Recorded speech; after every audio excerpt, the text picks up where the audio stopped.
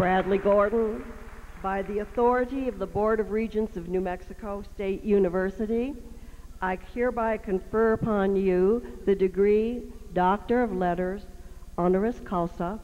The citation on your diploma reads as follows.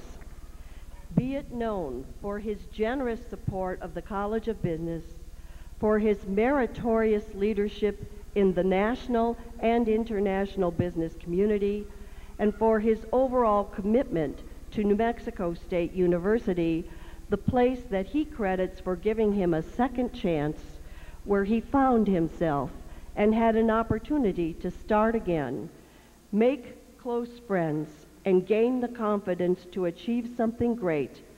The Regents hereby confer upon Bradley B. Gordon the degree of Doctor of Letters, honoris causa, with all of the honors and distinctions appertaining thereto. Witness the seal of the university and signatures of its officers this 11th day of December 2010 at Las Cruces, New Mexico. Dr. Wilkins, please hood the recipient.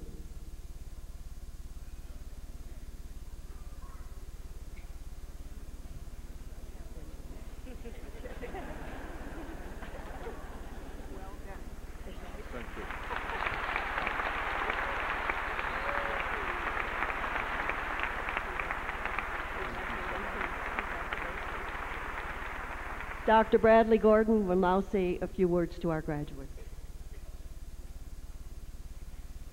Wow, that's quite a welcome back. Before I begin, I just want to first extend my heartfelt thanks to President Couture, the Board of Regents, most importantly, the extraordinary faculty of this great university, our many, many talented professors. A special thanks to Dr. Robin Peterson, who was an early mentor of mine and who helped redirect and reestablish my life. And then with loving thanks, of course, to my parents, Herman G. McCord. On this extraordinary day, no doubt all of you students are filled with great hope about what lies ahead. But if you feel anything like what I felt on my graduation days, you also feel some great anxiety and fear about what lies ahead of you in your career and your personal lives. What career path awaits you in this difficult economy? What challenges will you face in this ever more complex and competitive world? With this in mind, I'd like to talk with you today about one of the greatest barriers to success in each of your individual lives. And oddly enough, it has to do with self-doubt and the fear of failure. From personal experience, I would say to you this: fear will do more to shape the rest of your lives than virtually any other feeling that you have. In fact, I will always submit that the greatest barrier to each of your individual success is fear of failure. While I don't know any of you personally, I do know this much about most of you. Each and every one of you underestimates, by some great degree, your true and fullest potential. I know, because I too doubted my abilities at the start of my career when I graduated.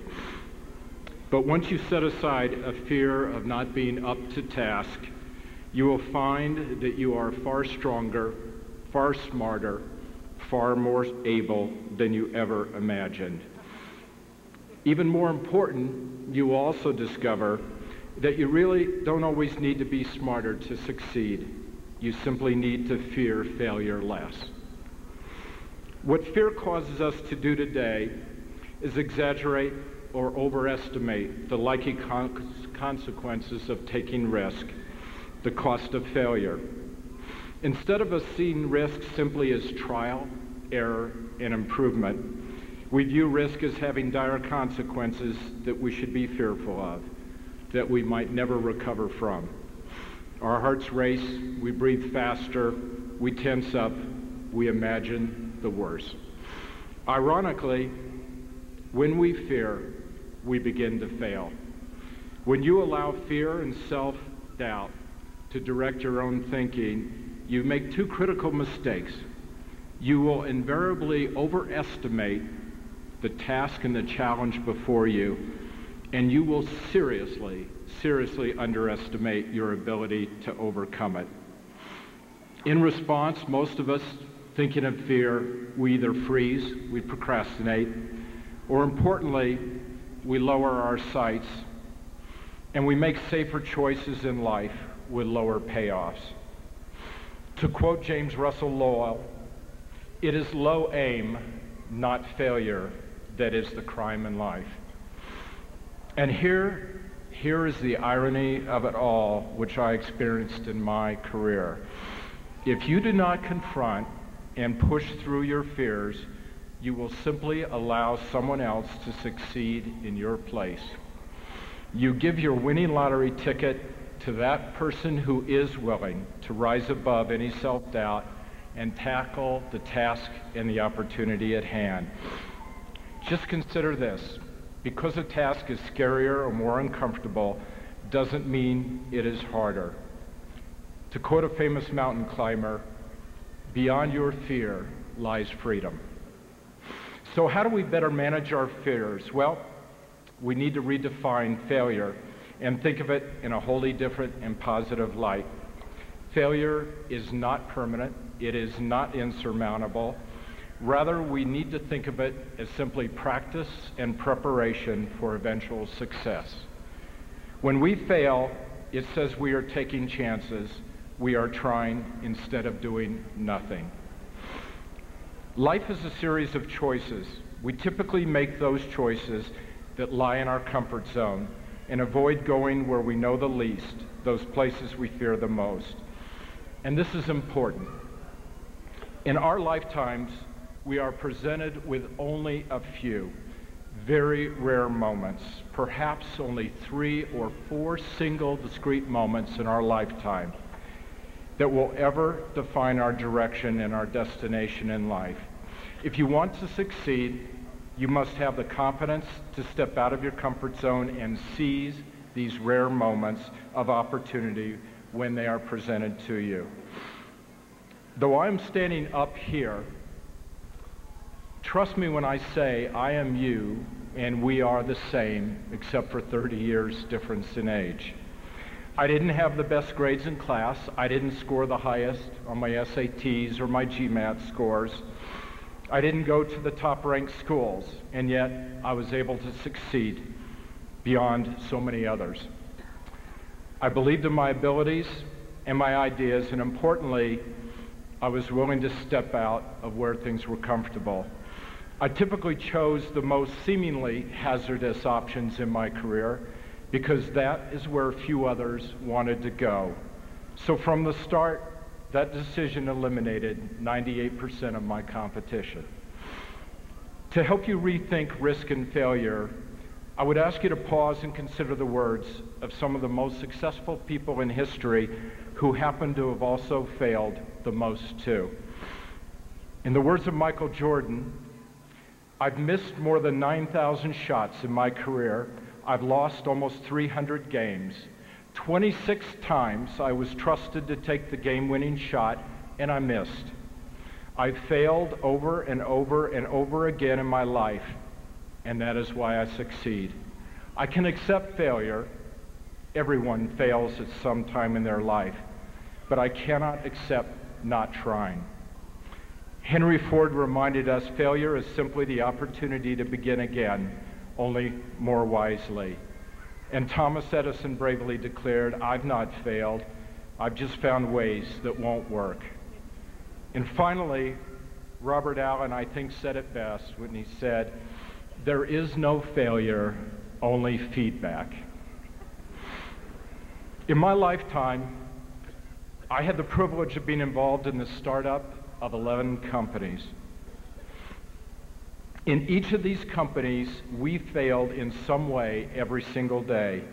Business models were wrong, lab experiments didn't produce expected results, drug failed in testing, business deals disintegrated, market projections didn't materialize, investors gave up, and employees quit. And despite all this, we learned to set aside our fears and simply push ahead. We simply declined 1,000 opportunities to fail. If I could ask anything of you today, it would be to fear failure less, raise your sights much higher in life, and even dare to fail more. What you should fear most is not failing at all, not having taken those great risks in life, since great risk often, and in my life did, disguise great opportunities. In closing, they say your birthplace is not where you are born, but rather it's that special place where you first discover the person you truly are, the life that you were meant to live. New Mexico State University, Las Cruces, New Mexico, zip code 88003 in the land of enchantment. This is where I was born. This is where I give greatest thanks. Thank you. We want to thank you, Dr. Gordon, for those inspiring words and for your dedication to New Mexico State University. Your support and dedication have helped others achieve their goals, and great universities, we know, are known for many attributes, not the least of which is the commitment of its supporters to elevate the level of educational excellence. In so many ways, you've contributed to building our reputation, to gaining recognition for New Mexico State University, and today we are extremely proud to call Bradley Gordon an Aggie. And thank you deeply once again.